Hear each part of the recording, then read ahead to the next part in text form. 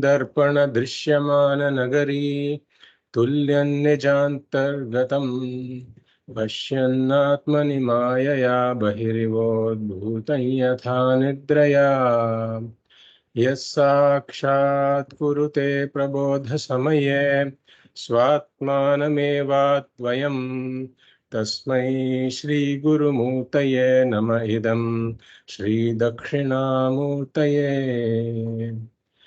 नारायणं पद्मभुवं वसिष्ठं शक्तिं च तत्पुत्रपराशरं च व्यासं शुकं गौडपदं महान्तं गोविन्दयोगीन्द्रमथास्य शिष्यं श्रीशङ्कराचार्यमथास्य पद्म पादं च हस्तामलकं च शिष्यं तन्तोटकं वातिककारमन्यान् अस्मद्गुरून् सन्ततमानतोऽस्मि।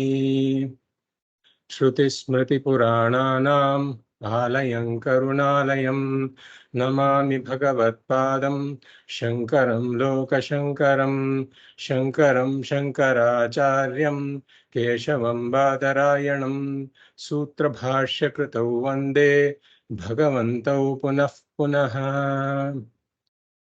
परब्रह्मनिष्ठं स्वतो धर्मनिष्ठं अहिंसैकनिष्ठं स्वशिष्यैः सुजुष्टं यतीनां वरिष्ठं गुरूणां गरिष्ठं दयानन्दरूपं मदाचार्यमीडे। नमः श्री परमार्थाय संसाराध्यासनाशिने श्रोत्रियब्रह्मनिष्ठाय तस्मै ब्रह्मविदे नमः। सदाशिवसमारम्भां शङ्कराचार्यमध्यमाम् अस्मदाचार्यपर्यन्तां वन्दे गुरुपरम्पराम्। ॐ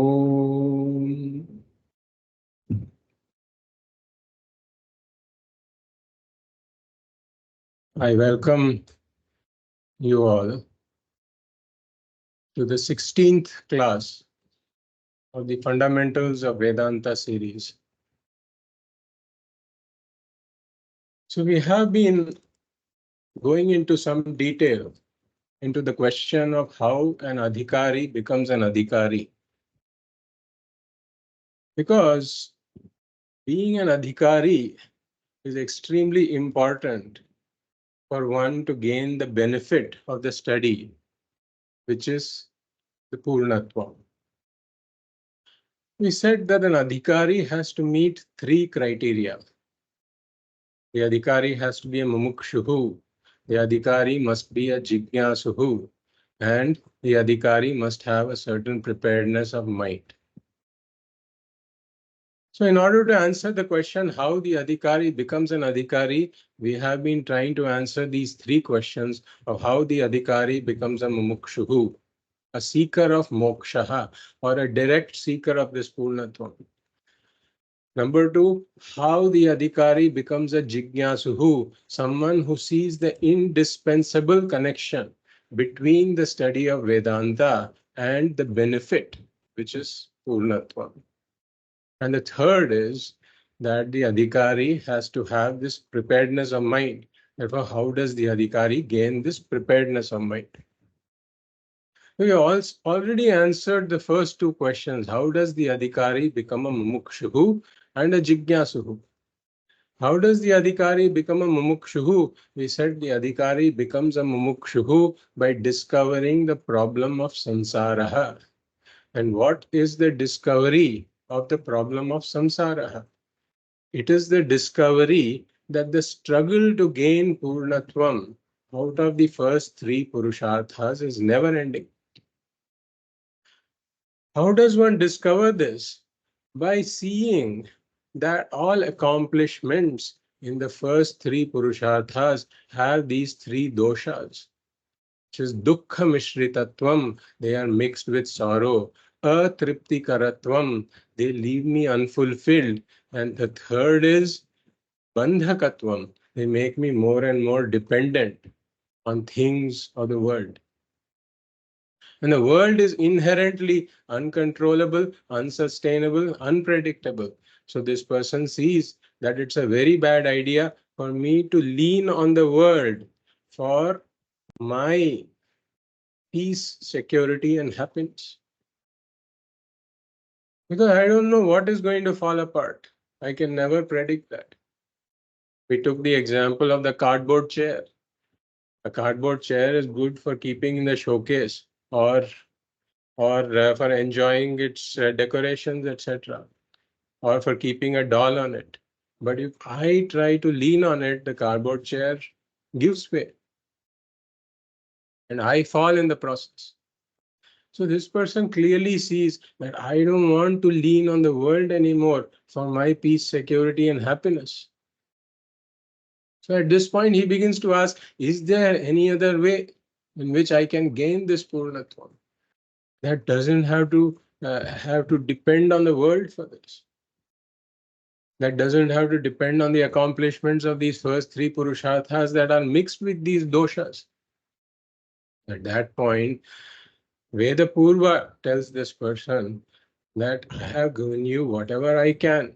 I have given you Artha, Kamaha, and Dharmaha. But what you are asking for is beyond my scope. For this, now you are a seeker of moksha, a direct seeker of this Purnatvam. And for that, you need to approach Vedanta. So by this process, a person becomes a mumukshu. Then how does this person become a jigyasuhu?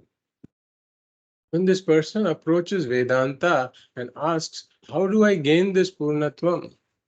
Then he is in for a shock. Vedanta tells him, you cannot gain this Purnatvam. Why so? Because it's your very nature.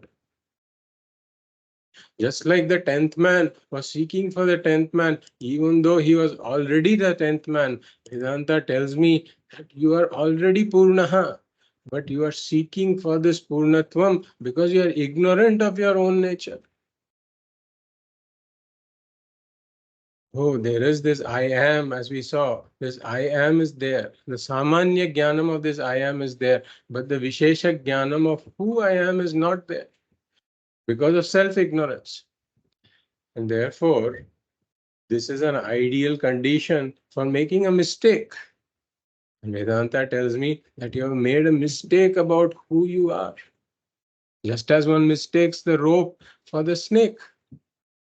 When the Samanya Jnanam of rope is there, but the Vishesha Jnanam is not there, one mistakes it as a snake. Similarly, Vedanta says, you have made a mistake about yourself. Therefore, I start superimposing the attributes of the body and the mind upon myself. I start saying, I am tall, I am short, I am happy, I am sad. And then I say, I am Apurnaha. So this I am Apurnaha is a superimposition on what the I am really is. And then I take this I am Apurnaha to be the reality, and then I am trying to solve that problem. And I am a Purnaha now. How do I become Purnaha? And in the process of becoming Purnaha, I struggle in the field of Athaha, Kamaha, and Dharma. And all of these struggles, they leave my root ignorance, self-ignorance, untouched. The action is not inimical to ignorance. It is not an enemy of ignorance. It doesn't destroy ignorance. So whatever I do, whatever I accomplish, my self-ignorance continues untouched. It is very safely enjoying its existence. And therefore, the superimposition also continues. I am Apurnaha continues. Therefore, no matter what I accomplish, I remain Apurnaha in my own vision. So, by this inquiry, one clearly sees that the only solution to my struggle of samsara is Atma Jnanam. I have to know who I am really, who I really am. When one sees this, then one becomes a jignasu, a seeker of knowledge. So once one comes to this point, then one needs a certain clarity about what is the knowledge that I am seeking and how to gain it.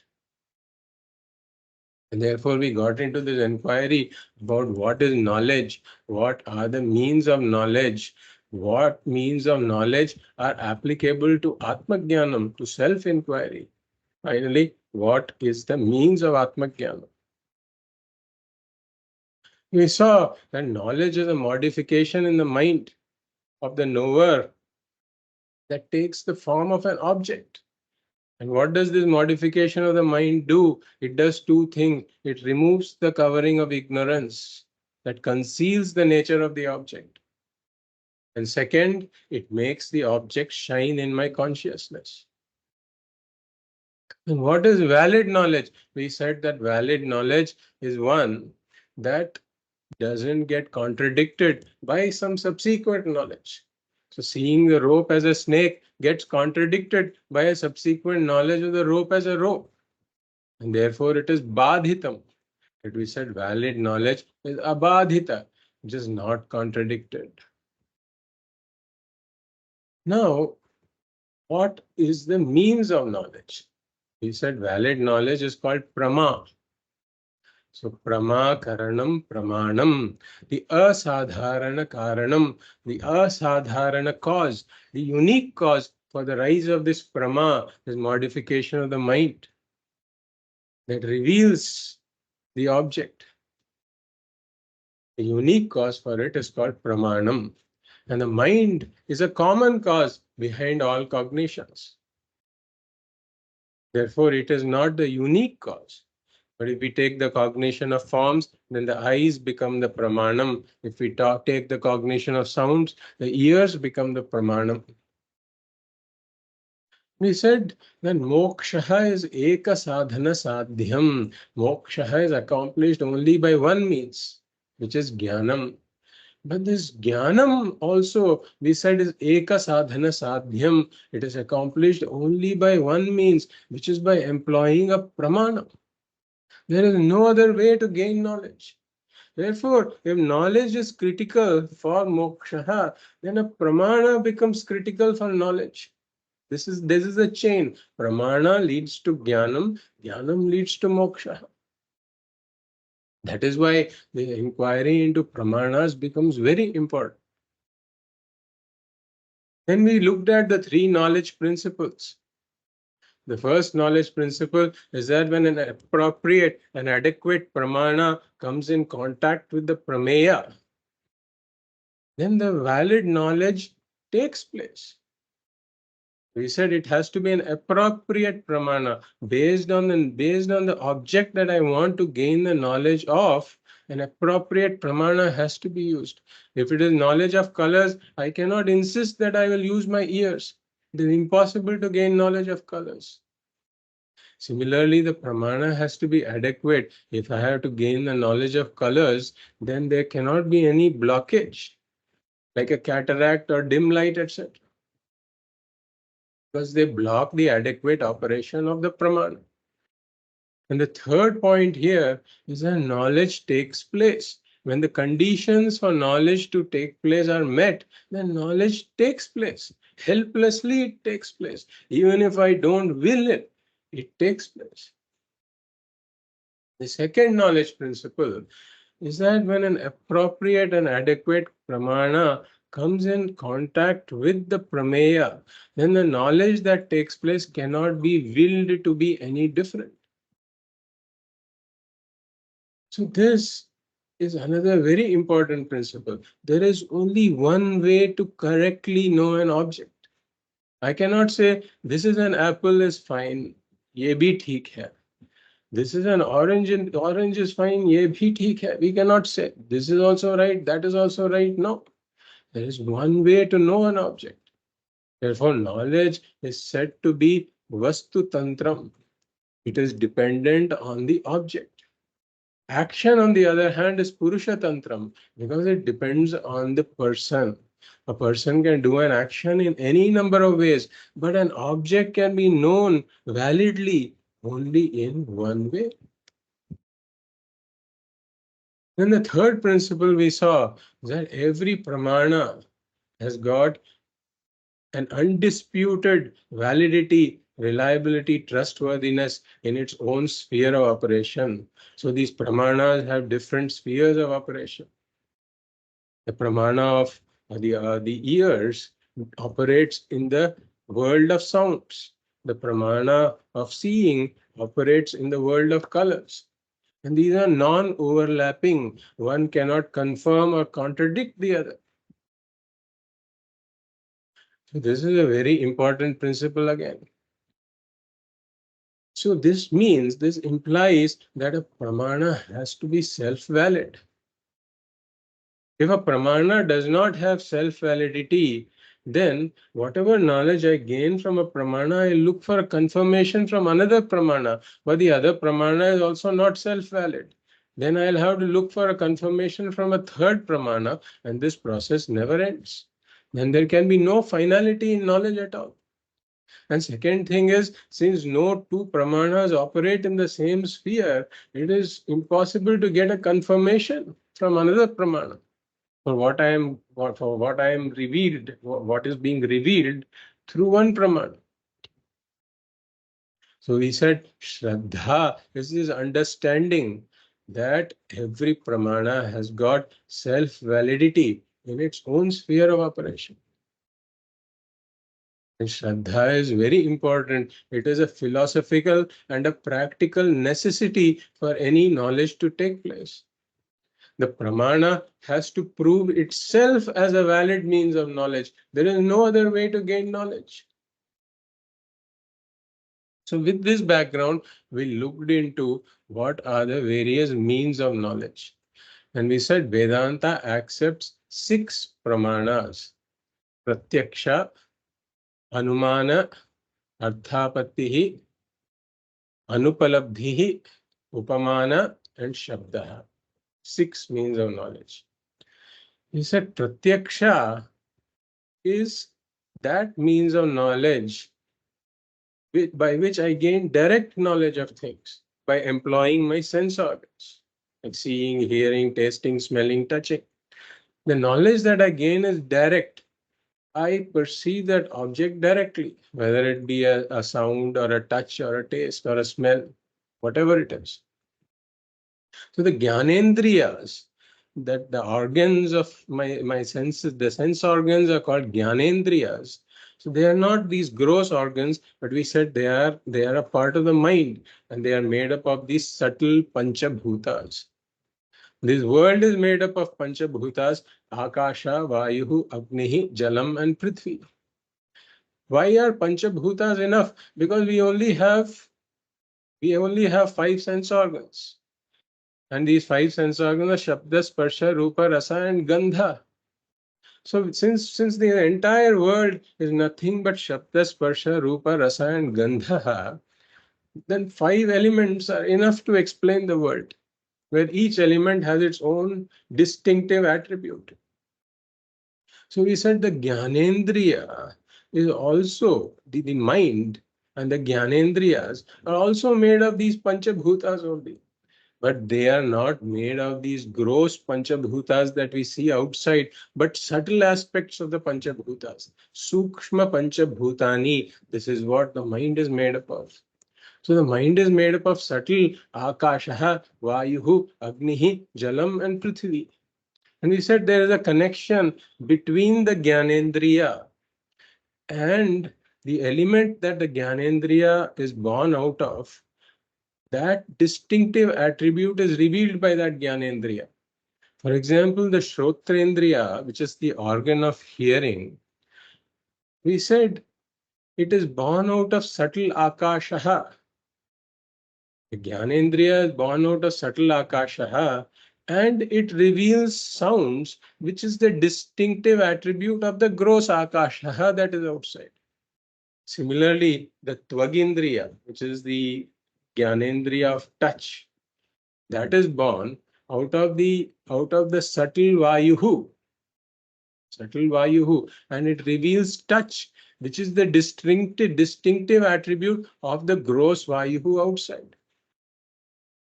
Similarly, the chakshurindriya, which is my eyes, they are made up of the subtle aspect of agnihi, subtle agnihi, which then is able to reveal colors, which is the distinctive attribute of the gross agnihi outside.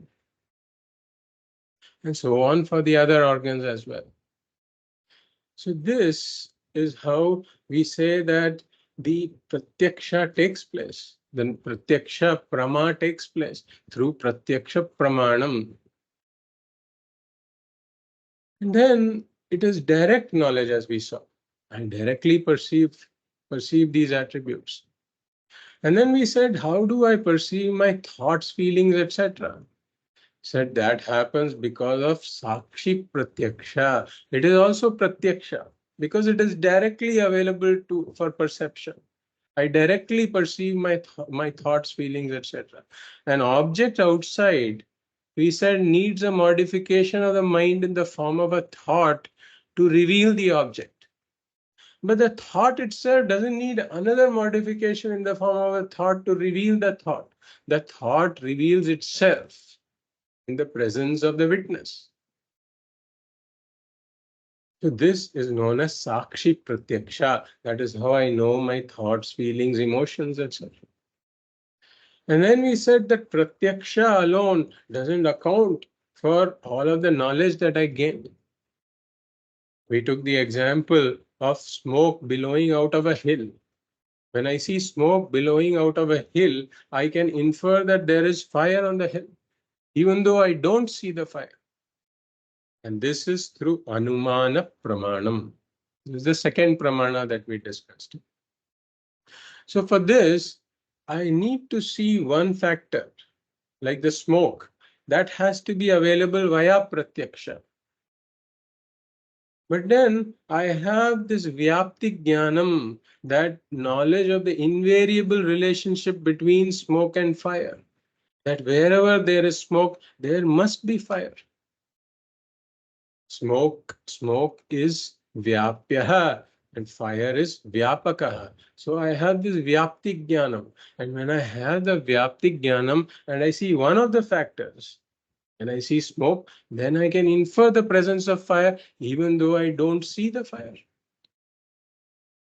Similarly, we said the doctor looks at the blood report and says the creatinine level is high. So there is some kidney problem. The doctor hasn't seen the kidneys nor the kidney problem. But the doctor is able to infer this. So Anumana is also a very powerful pramana because it gives me access. It can be applied in areas where the second factor is not available via pratyaksha. So the progress of science critically depends on pratyaksha and anumana. Because we said science is based on these five-fold steps. First is observation. The second is formulation of a hypothesis.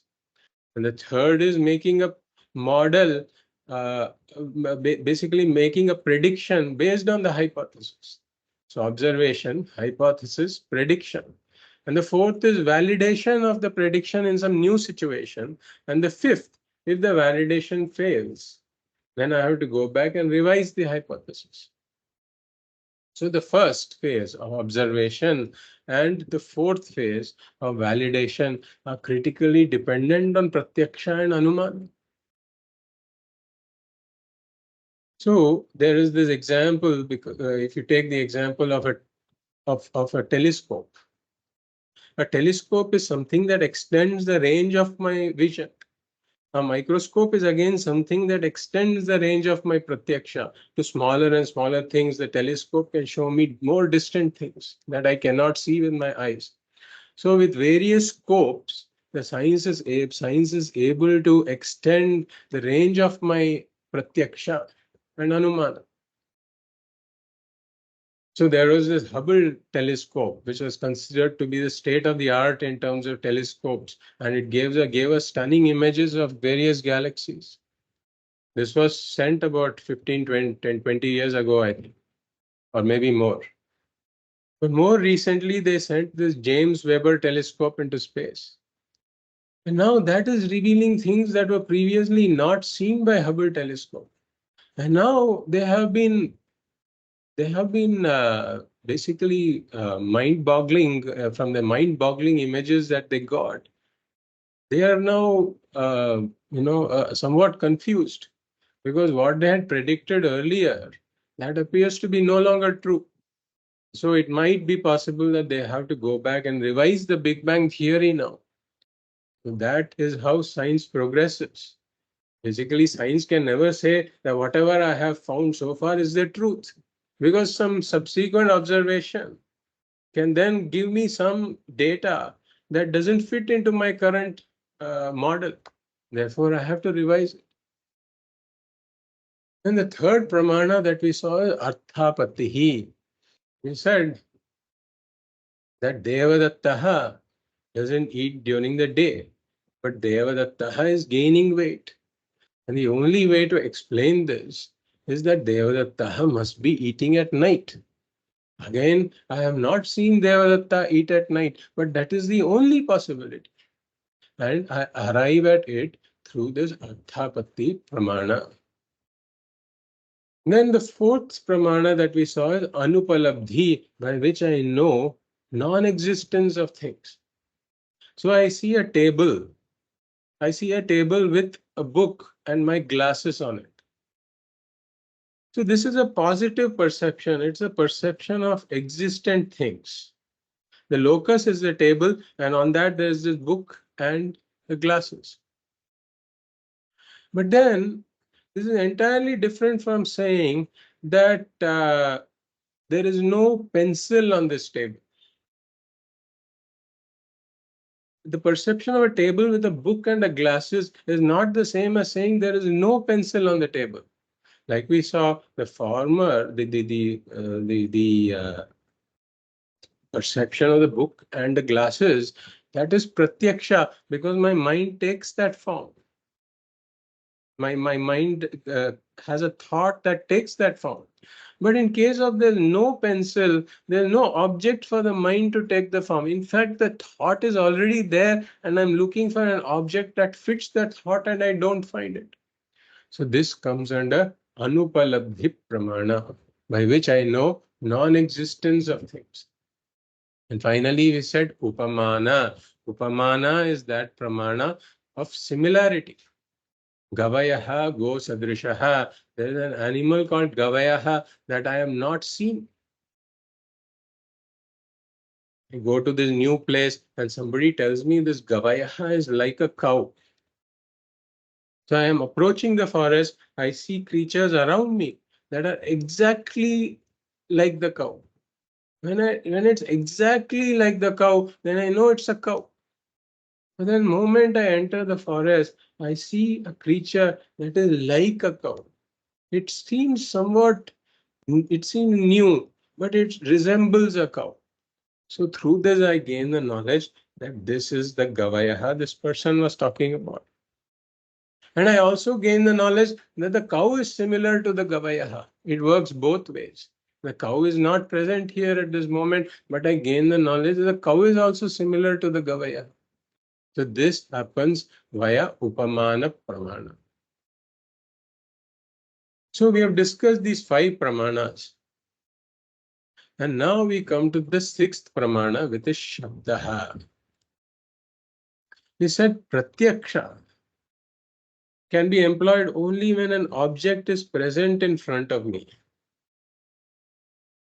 somewhere in the range of my senses, unobstructed. Anumana goes one step ahead, and it makes me know things that are not directly in front of me. But for Anumana also, I need to know the first factor that is available via Pratyaksha.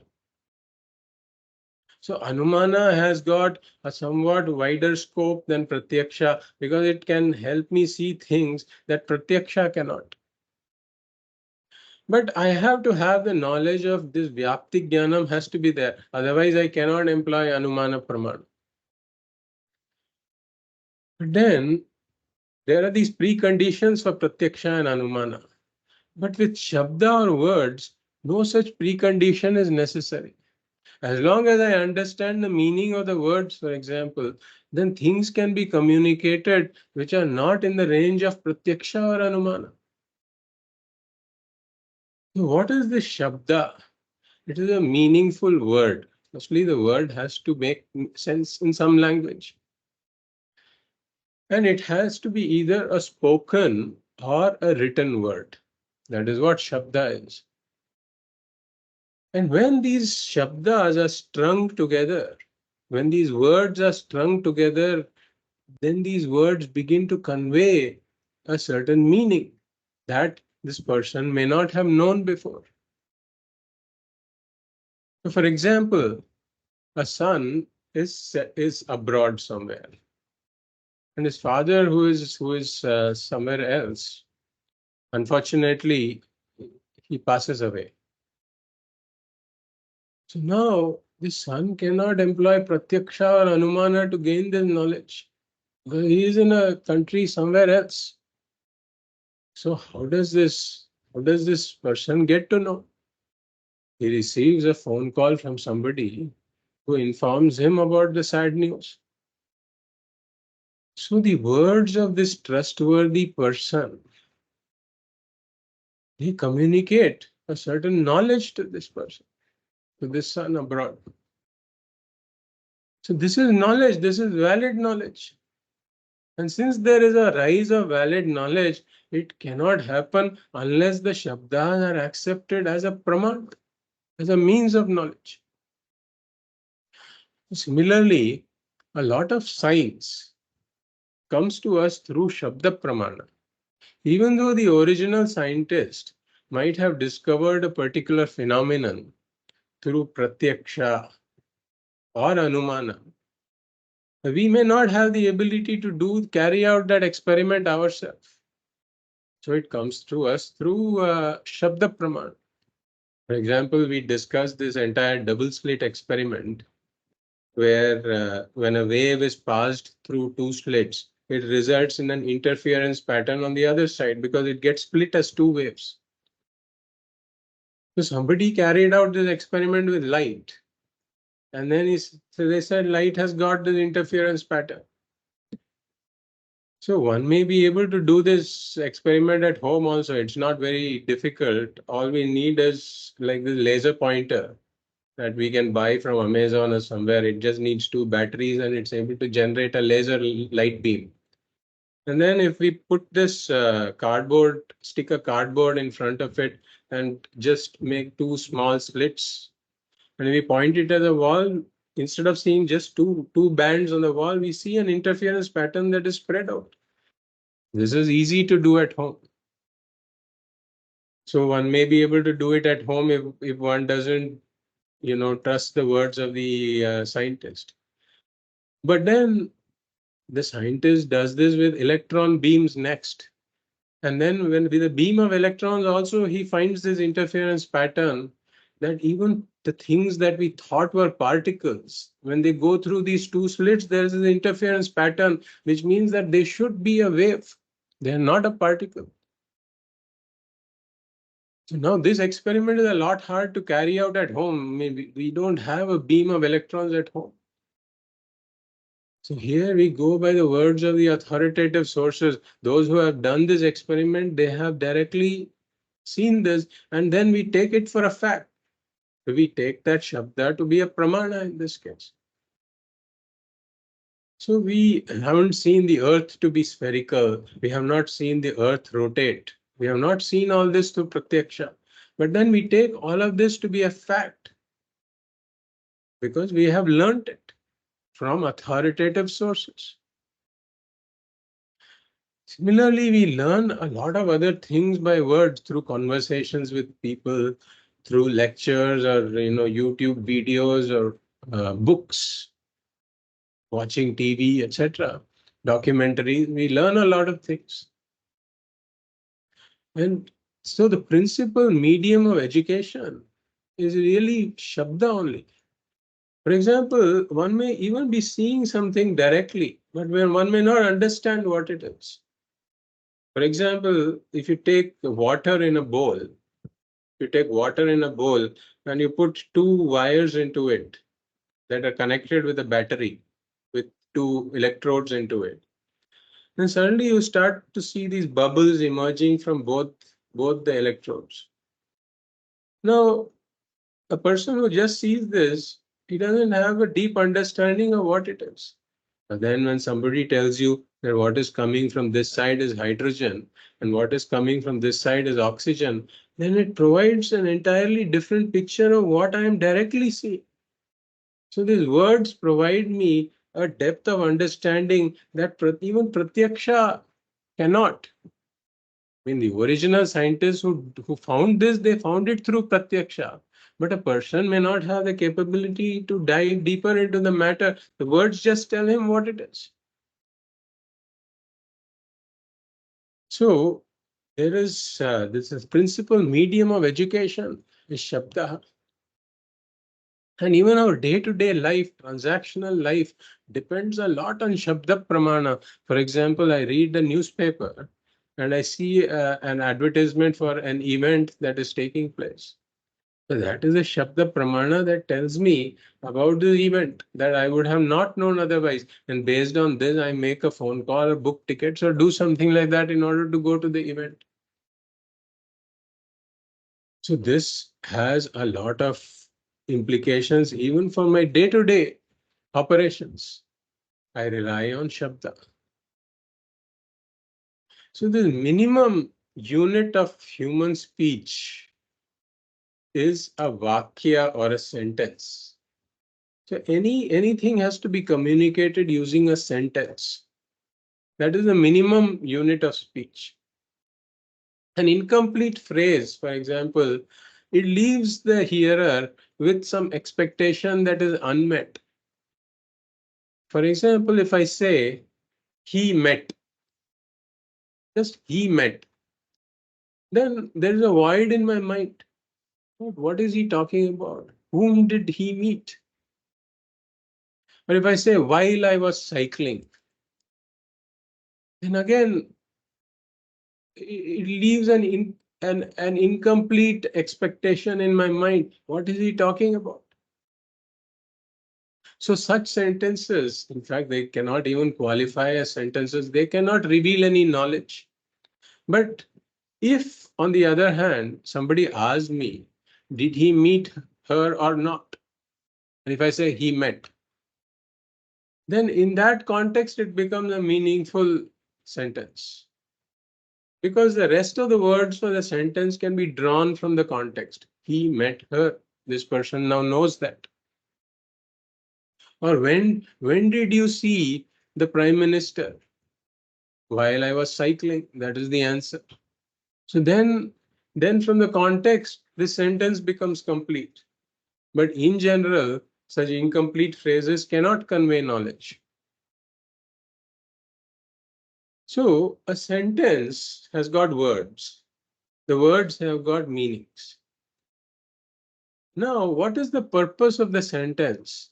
The purpose of the sentence is to communicate a certain relationship between the meanings of the words. That is what the sentence is trying to accomplish. Communicate a certain relationship between the meanings of the words. That is the intent of the sentence. So, if this intended meaning of the sentence, which is the relationship between the meanings of the words, if that is not contradicted by any other pramana, then this sentence qualifies as being Shabda Pramana.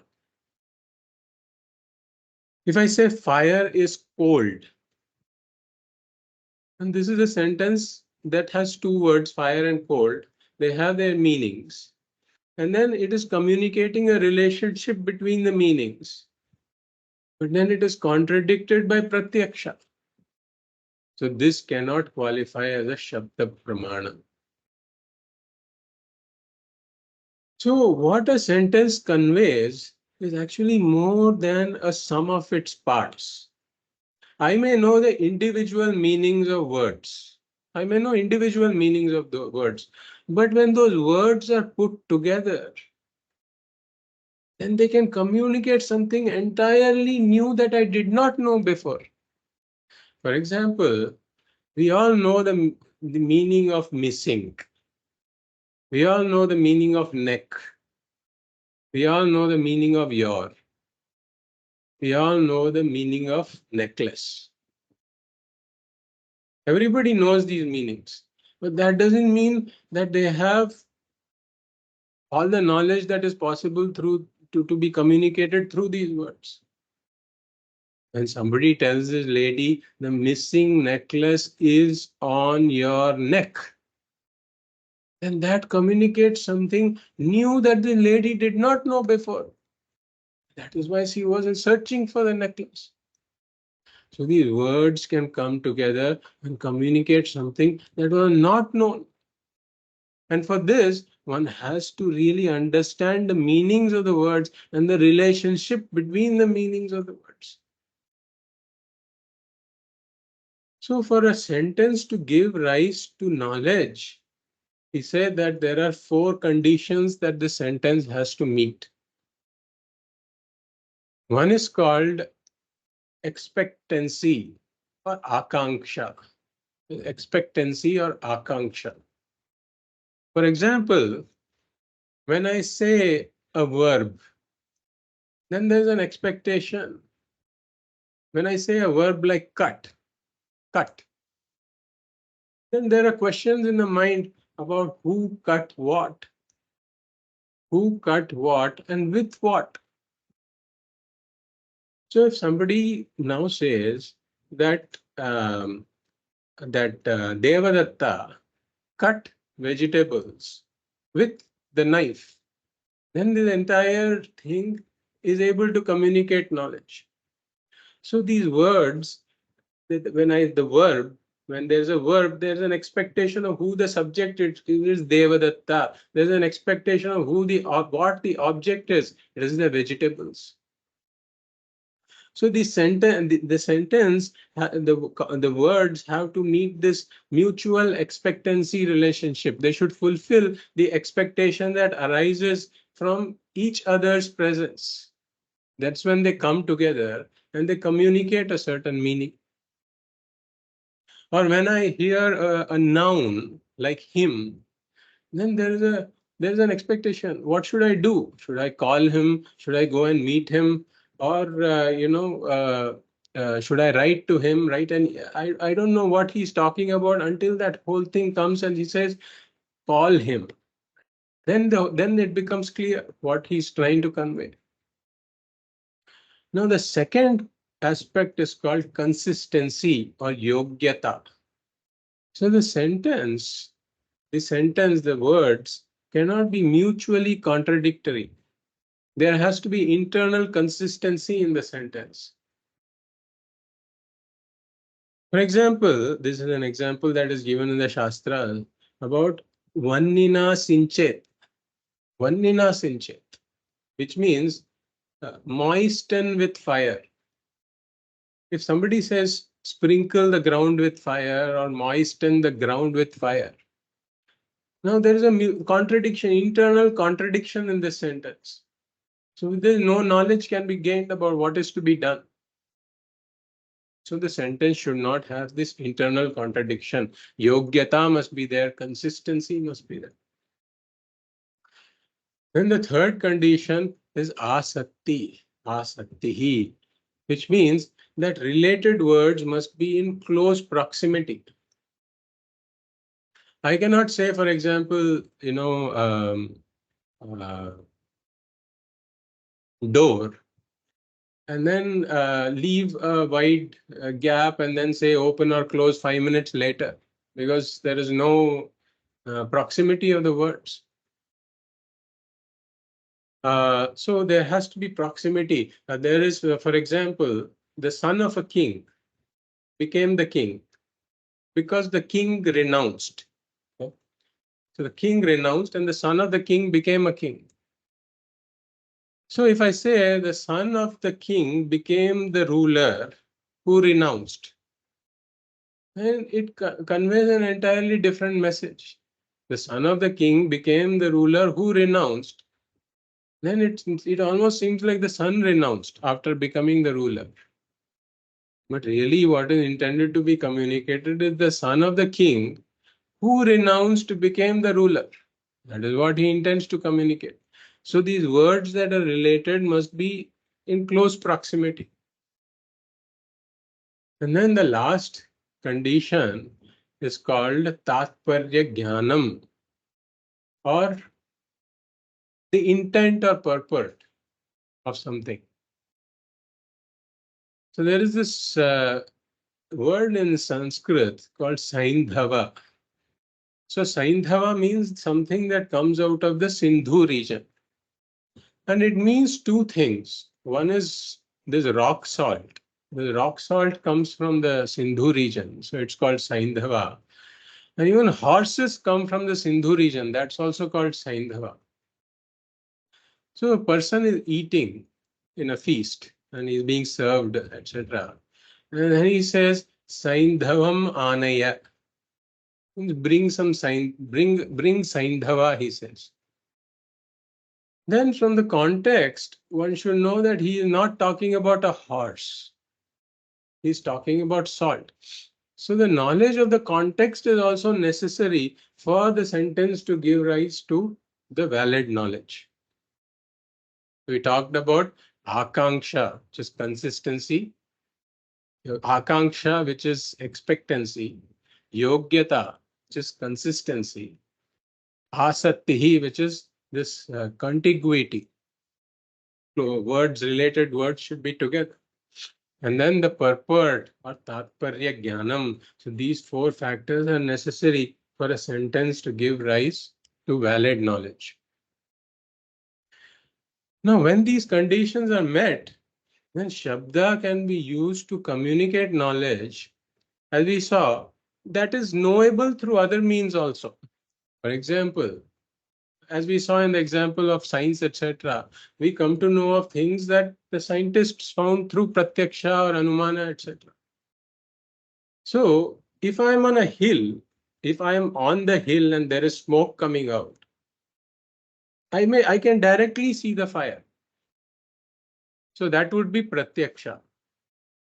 Now, if I'm away from the hill, I only see the smoke coming from the hill. Then the same fire can be known through anumana. But then, if I am far away, I don't see the smoke, much less the fire. Fire I am not able to see. I definitely don't see the smoke. I don't even see the hill. But then I get a call from somebody who says there is a fire on the hill. So Shabda can communicate whatever Pratyaksha and Anumana can. In fact, this is how the fire department knows about the existence of fires. Now, Shabda, on the other hand, it has got its own domain also. There are certain things that can be known only via Shabda. For example, what this person is thinking, right? If I have to know what a particular person is thinking, right, then that cannot be known by pratyaksha or anumana. It has to be known only via the shabdas. Or the dream that a person has, again, it can be known only via shabda. Or how one feels physically or mentally, etc. If one goes to a doctor, for example, the doctor asks you, how are you feeling, etc. So this person has to say that. The doctor cannot just find out. So Shabda can communicate that which is knowable through other pramanas, and it can communicate something, it has a unique domain of its own. But in all of these cases, these are some things that are produced by human beings. The human beings are the author, have authorship of this Shabda. So these are classified as Laukika Shabda Pramana. Because whatever this Shabda is revealing, it is something, it is carrying the knowledge that is known through some other Pramana. The Shabdas are the carriers of knowledge that is known through some other Pramana, like Pratyaksha or Anumana. Even in case of the person who is describing his thoughts or feelings, he came to know about it through Sakshi Pratyaksha and he is describing it. All of these would come under Laukika Shabdas. They are carriers of knowledge that is known through one of the other five pramanas. The Shabdas themselves don't produce the knowledge. They are carrying knowledge that is known through other pramanas. Now we come to the important question about which of these pramanas are relevant for Atma Jnanam. Because this is the whole reason why we are having this discussion. Which of these pramanas can I use for self-knowledge? So with these six pramanas that we have discussed so far, Pratyaksha, Anumana, Arthapattihi, Anupalabdhihi, Upamana, and Shabdaha, all the knowledge that we have gained so far, all the knowledge that humanity has gained so far can be accounted by all of these six pramanas. There is nothing else outside of this through which knowledge has been gained. So all the knowledge of whether it be science or mathematics, medicine, arts, engineering, whatever, music, whatever you take, everything has been gained through these pramanas. So these pramanas are extremely powerful. We can take a rocket that carries a spacecraft, a four-stage rocket, whatever it is, launch the rocket, and then it goes into territory that nobody has visited before. And then the craft is navigated to a territory that nobody has visited before, and it enters the atmosphere of a planet that nobody has seen before in close range. And it goes through all that atmosphere, it makes a landing on the surface that nobody has touched before. So all of this is possible through knowledge that has been gained through these six pramanas. But then, which of these pramanas are applicable for self-knowledge, Atma Dhyana? So we have to go back to the original statement that we made, that the pramata, the knower, the pramata knows the prameya, an object, by employing a pramana. That gives rise to the prama. So there is the subject, the pramata, and there is the object, the prameya. So these pramanas, through all of these pramanas, we have gained knowledge of various prameyas in this world, objects. But then how do I gain knowledge about the subject? That is the question. So now let us consider each pramana here and see whether it can be applied for self-knowledge. Because I have to know who this subject is.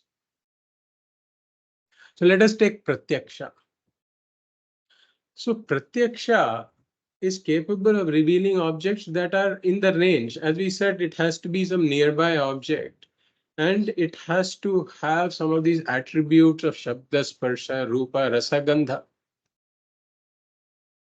And we said this Jnanendriya that evolves out of that particular element reveals this attribute that is the distinctive attribute of that element. So Shrotrendriya, that is born out of the subtle Akashaha, is capable of revealing the Shabdas, which is the attribute of gross Akashaha. But then, what about the subject? What attributes does it have? Right. So if we look at it, there are three Vedantic declarations that are very important here. One is that whatever is perceived is an object drishyam. It's called drishyam. Whatever is perceived is drishyam. It's an object. But the perceiver is drik. Perceiver, the subject, experiencer or the knower, perceiver is called drik. Vedanta says that drik can never be a drishyam. The subject can never become an object. This is the first declaration. Because in every perception, I am here and I am perceiving this object. I am always different from what is perceived. This drik is always different from the drishyam. The second declaration is that any attribute that is perceived belongs to the drishyam, never to the drik. So if I perceive shabda, sparsha, rupa, rasa, gandha, that should always belong to some drishya object, something that is seen, never to the drik. This is the second declaration. So basically what this implies is that this ultimate subject, this ultimate drik, is the one that we want to know, the witness, the subject, the drik, the knower, whatever term we may use. This is attributeless. It is nirguna, because every guna, every attribute belongs to objects. So the ultimate subject is nirguna, attributeless.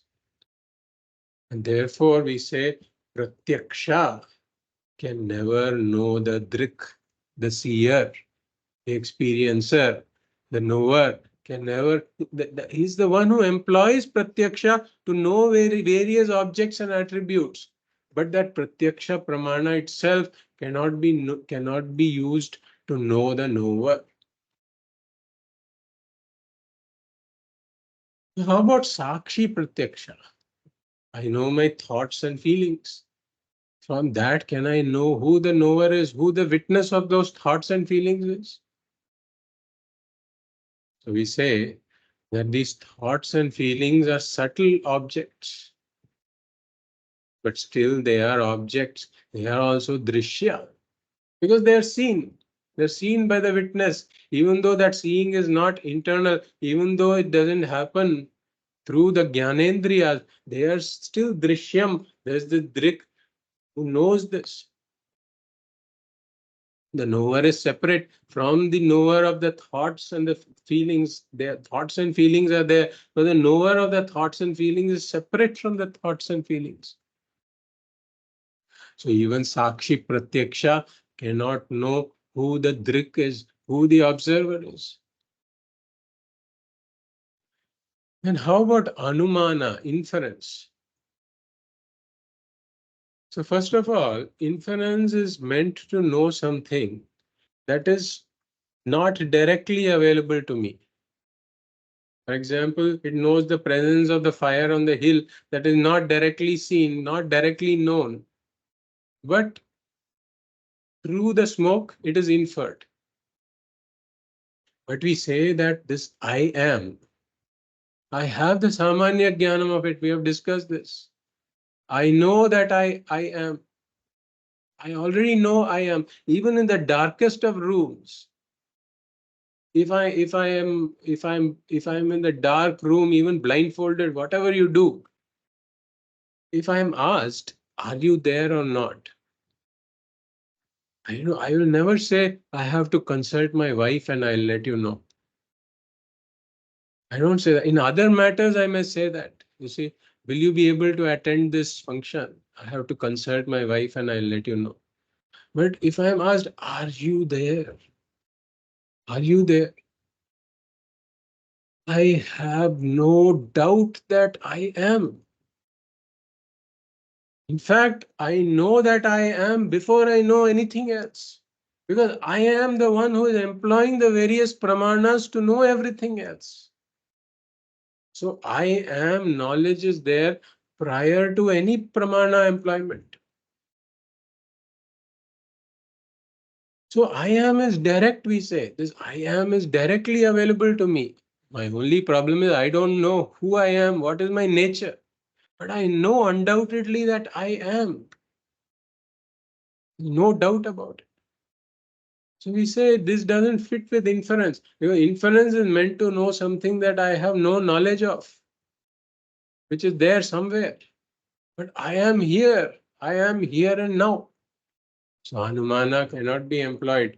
But this is one of the reasons.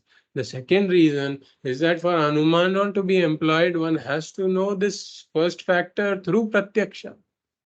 But he said that this drik is attributeless. I cannot know anything about this drik through pratyaksha, because the drik is not available to pratyaksha at all. So therefore we say that this drik cannot be the object of knowledge of anumana also. Then we come to the third pramana, which is arthapatti. So arthapatti, what do I know? I know that Devadattaha. Again, I have to know two factors through pratyaksha. Devadattaha is not eating during the day. Devadattaha is gaining weight. It has to be known through pratyaksha. Then I can infer something else. But again, this drik is not available to pratyaksha. So nothing is known about this drik through pratyaksha. So arthapatti is also out of the door. Cannot be used for self-knowledge. So what is science? Science is all about pratyaksha, anumana, and arthapatti. We have discussed this. We say that science can never know who the observer is. Science can never come to an understanding of who the observer is. Because those five foundational steps of science first starts with observation. Doesn't work.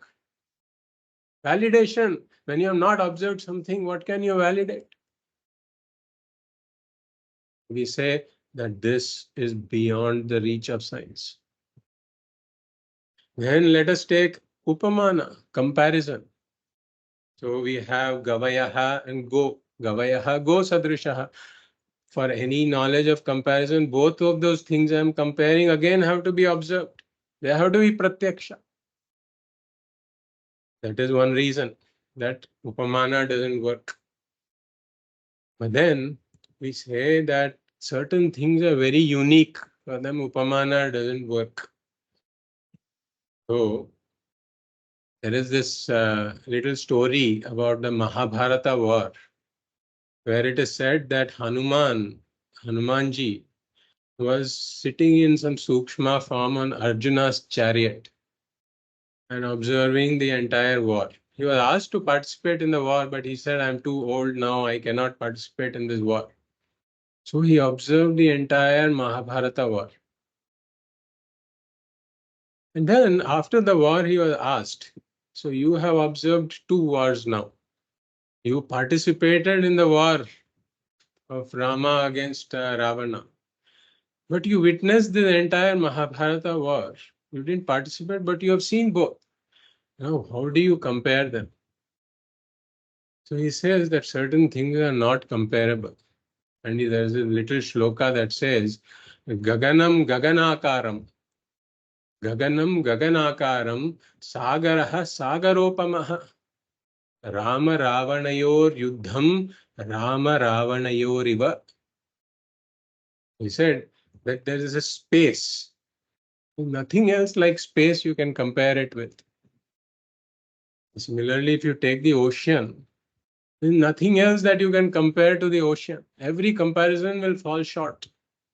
Similarly, says this Mahabharata war, even though you talk so much about it, there's nothing compared to the war between Rama and Ravana. Rama Ravanayor Yuddham, Rama Ravanayoriva. There's no comparison. Similarly, Vedanta teaches us that Atma has no comparison at all. It is very, very unique. Therefore, Upamana cannot work. What about Anupalabdhi? Can that work? Anupalabdhi is for knowledge of non-existent things. But I know I exist. There is no doubt about it. So again, we say Anupalabdhi cannot be employed.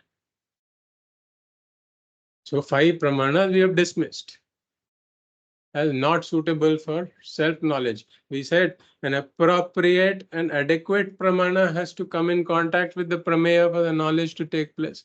We have dismissed 5 of these pramanas as not being appropriate for self-knowledge.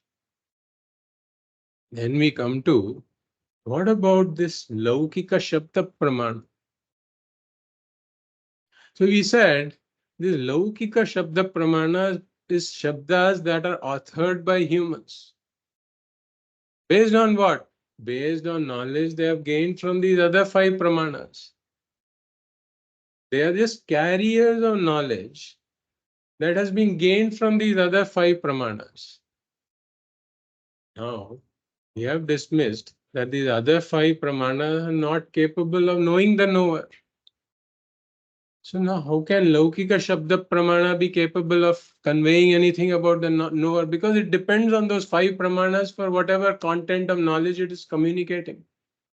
Therefore we say even these Laukika Shabdas cannot work. So we've dismissed these 5 pramanas. And Laukika Shabda Pramana also cannot work for self-knowledge. With this, I can only shed ignorance of the world. I can go and land a craft on Mars or Saturn or whatever. But then I cannot know who I am. The ignorance of the self continues. So now there is a kind of a crisis. Because we said moksha is eka sadhana sadhyam. The sadhana for moksha is jnanam. We said jnanam is also eka sadhana sadhyam. The means of jnanam is pramana.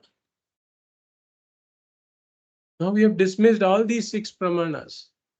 What does this mean? There is no pramana, there cannot be no knowledge. There is no knowledge, there cannot be moksha. So does it mean that moksha is impossible? We say that moksha definitely the only means is jnana. For jnanam also definitely the only means is pramana. So pramana is a necessity for jnanam. But then none of these pramanas can work. So does that mean moksha is impossible? We say no. That moksha is still possible. Why? Because Atma Jnanam is still possible. Why? Because there is another pramana which we have not yet discussed, which is a form of Shabda Pramana only. It is a Shabda Pramana, but it is not Laukika Shabda Pramana. That is the Pramana for Atma Jnanam. And what Pramana is it? It is the Vaidika Shabda Pramana. It is the Shabda of the Vedas. It's an entirely different Shabda Pramana that can lead to Atma Jnanam, that can lead to moksha. So about Vaidika Shabda Pramana, we will take up this discussion in the next class. Om Purnamadav Purnamidam Purnat Purnamudachyate Purnasya Purnamadaya Purnameva Vashishyate. Om Shanti Shanti Shanti. Hari Om Shri Gurubhyo Namaha. Hari Om.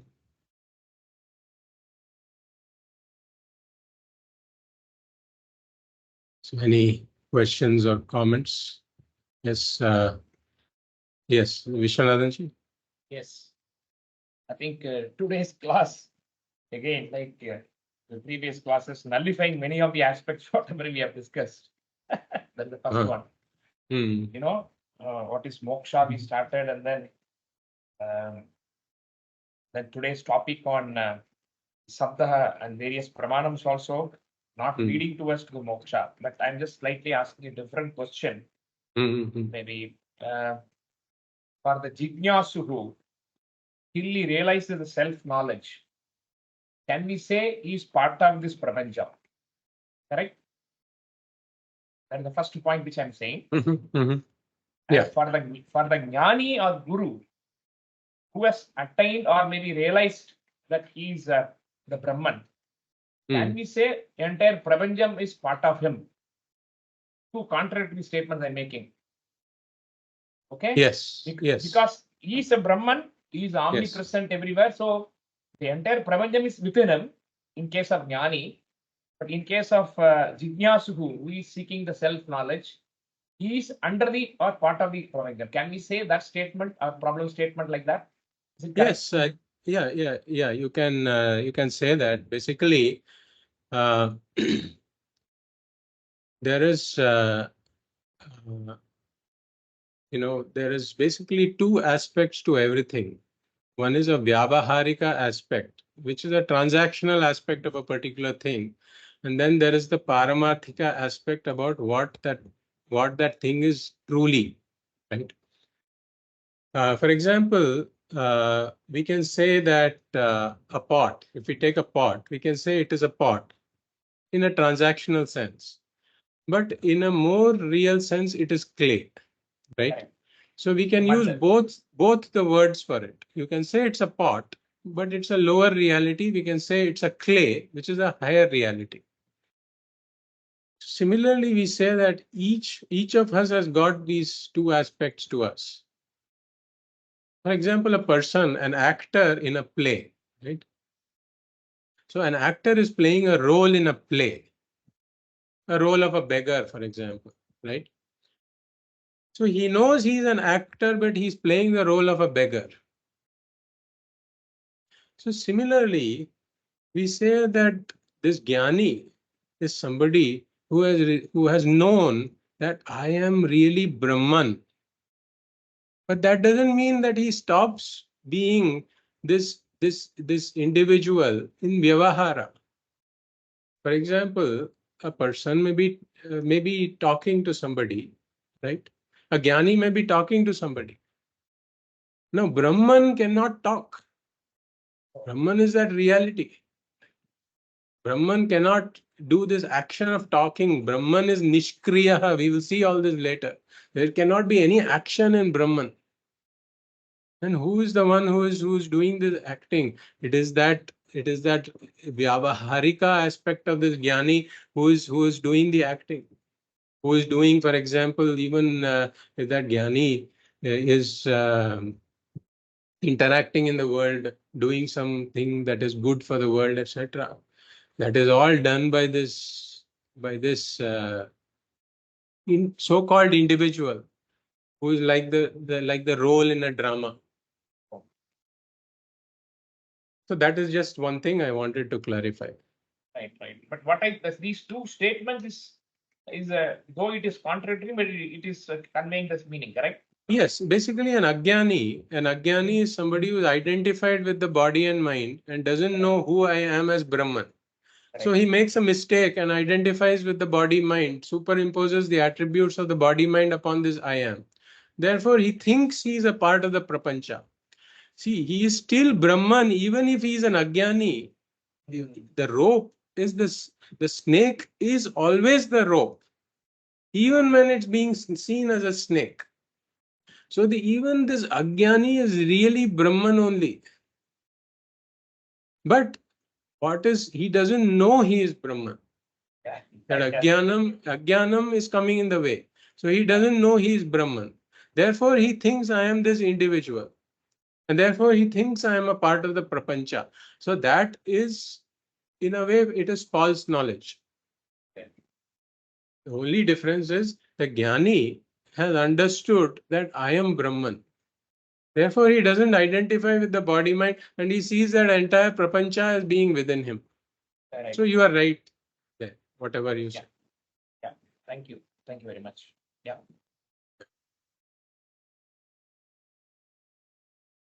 Guruji, here in the first statement we said subject is always different from object, right? This is I feel it's an intermediate statement, right? It is basically because it's talking of Dvaita now, but ultimately we know it's Advaita. So yes, right, it's an intermediate and it's not yes. It is an intermediate statement. That is correct, right? Because in the ultimate reality, right, which is Brahman, both the subject and the object are there. So it is Advaita. Okay. But when we are talking about perception, right? Perception happens only when you accept Advaita, because there is a perceiver and a perceived, and there is perception. So the fact that we are talking about perception it means that we are in the context of Dvaita.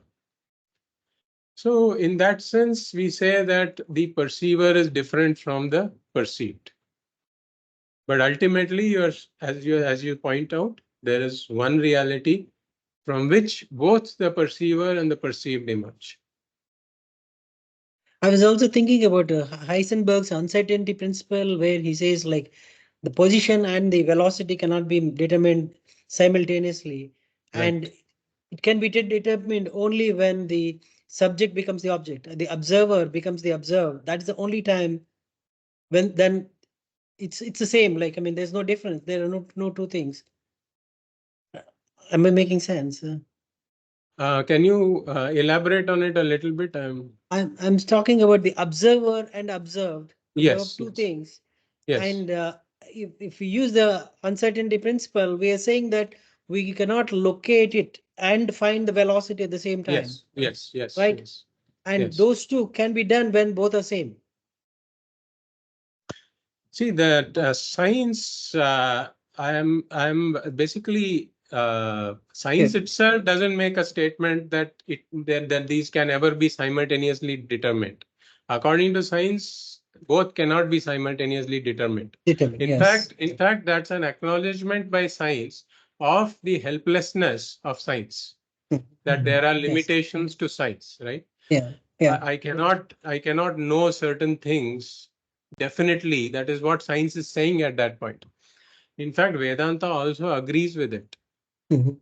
Because the entire prapancha is a product of Maya.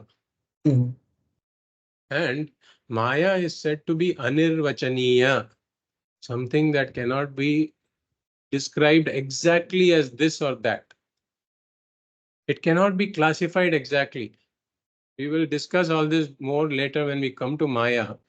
But the point is that what Vedanta says is that the more you probe into Maya, the more questions it will raise. It may provide some answers, but those answers will raise more questions. So, in some sense, science is like this island. As the island grows, its shoreline also increases. So, the more science probes into matter, it answers some questions, but it raises more questions that still have to be answered. And Vedanta actually agrees that this will be the ultimate fate of science. That science will probe, right? And it'll definitely get lots of answers, but it'll always be busy because there'll be more and more questions. So if it is actually true that position and velocity cannot be simultaneously determined, Vedanta would not be surprised with it.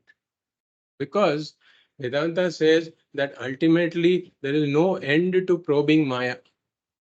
You will never get definitive answers by probing into Maya.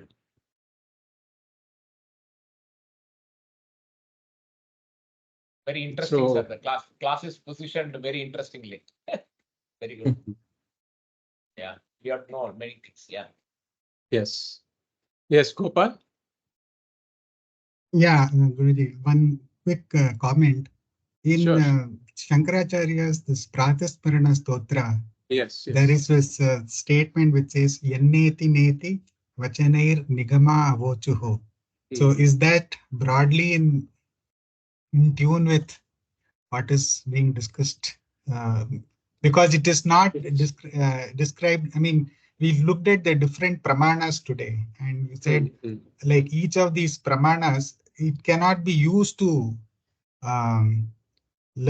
get the Atma Jnana. So is it somewhere going along those lines, basically? Yes. Basically, as we said, this neti is na iti.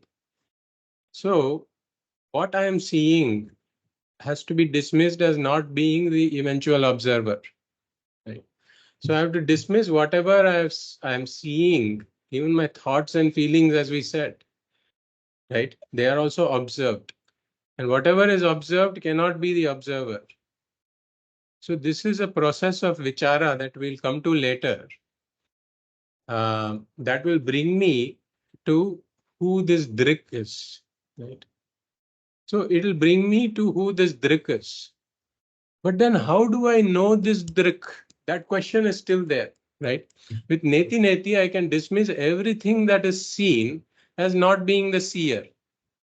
So it is a negative statement. I can dismiss everything and come to this seer, right? But then how do I know who this seer is? That question still remains unanswered. So for that, we say that we need a pramana to know who this seer is. And that pramana comes from the Shabda of the Vedas. This part we have not yet touched. But yes, we are dismissing all that cannot work, that which cannot work.